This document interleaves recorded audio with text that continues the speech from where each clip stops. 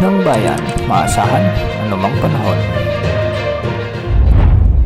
Gandang oras po sa ating lahat, narito ang update sa lagay ng panahon ngayon at sa susunod na 24 oras. Sa kasalukuyan ay umiiral ang southwest monsoon o habagat sa ating bansa at nakakapekto ngayon ito sa bahagi ng Southern Luzon, Visayas at Mindanao.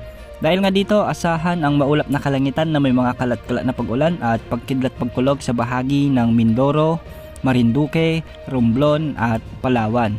May mga pag-ulan din dulot ng southwest monsoon sa may western Visayas, sa may Capiz, Aklan, Iloilo at Antique. Posible ang mga pagbaha at pagguho ng lupa lalo na kung minsan ay may malalakas na pagbuhos ng ulan.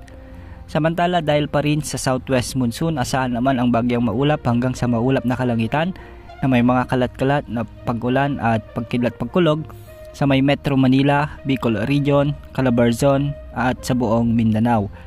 Ganitong panahon din ang aasahan sa may natitirang bahagi ng Visayas. Posible pa rin ang mga biglang pagbaha at pagguho ng lupa. Samantala sa natitirang bahagi naman ng Luzon ay asahan ang maulap na kalangitan na may mga kalat-kalat na pag-ulan, dulot naman ng mga localized thunderstorms.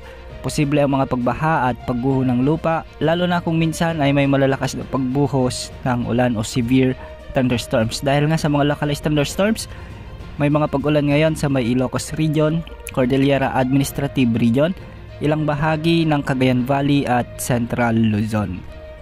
Samantala ang bagyong minomonitor natin na si Typhoon Shanshan ay patuloy na kumikilos o lumalapit sa southern Japan. Sa susunod na mga araw ay inaasahang maglalandfall ito, kaya sa mga kababayan natin doon, mag-ingat at maging alerto po sa magiging epekto ni bagyong Shanshan. Sa ngayon wala naman tayong namomonitor na bagong posibleng bagyo o low pressure area na posibleng pumasok sa ating area of responsibility hanggang sa susunod na linggo. Wala ring nakataas na gale warning sa mga karagatang sakop ng ating bansa.